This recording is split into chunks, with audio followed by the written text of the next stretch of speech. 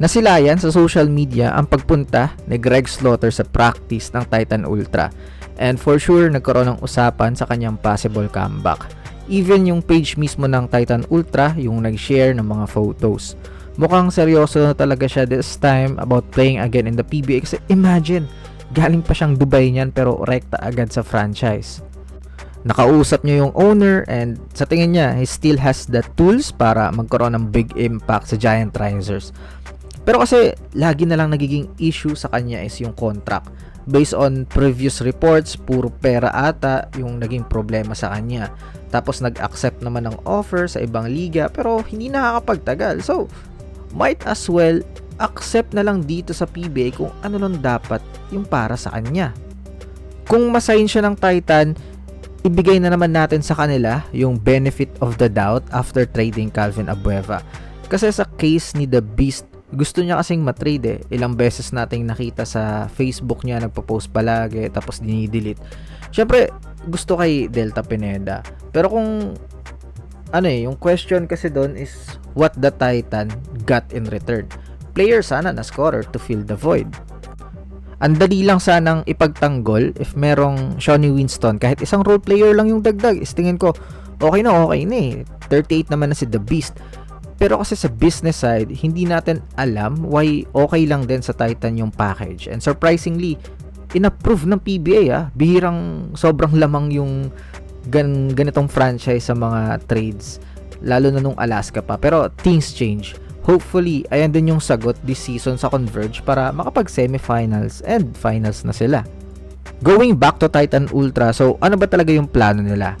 After doing trades, movements, nakikita ko pa rin na parang walang direction this season na. As in, wala pa talaga. Sino yung core? Sino-sino ba sila? Sino yung mananatili? Sino yung mawawala? Sila mismo yung nagsabi, lahat available. So, pwera na lang kay Abueva. Kaso ayun yung gustong matrade yung player na mismo. So, isang conference pa lang naman pero maraming questionable moves na sila Pero, tingnan pa rin natin. Sa pwesto kasi nila ngayon, mahirap talaga and walang clear path.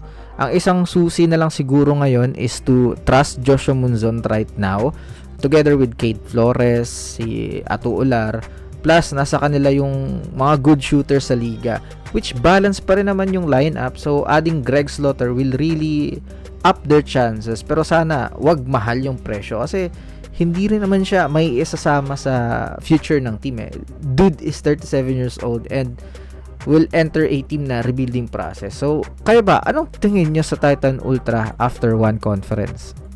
Next, we have some PBA import rumor. Though merong interview na legit naman yung talks.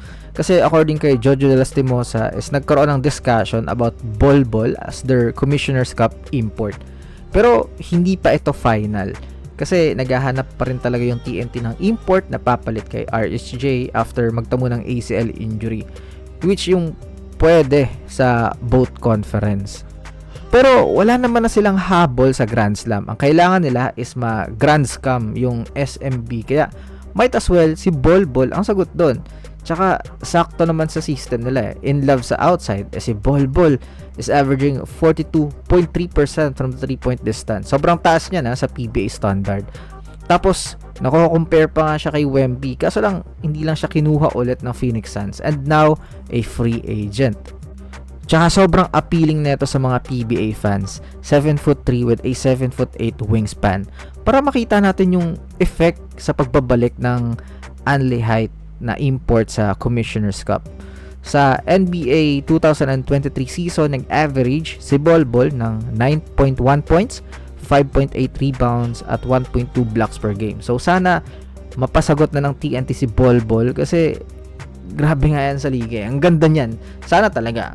Si Terrence Jones nga nakuha nila di ba? Si McDaniels, even itong si RSJ. So there is a chance. So that's all for this one. Let me know all your thoughts in the comment section below. This is Agon Hoops. See you in the next upload. Bye-bye.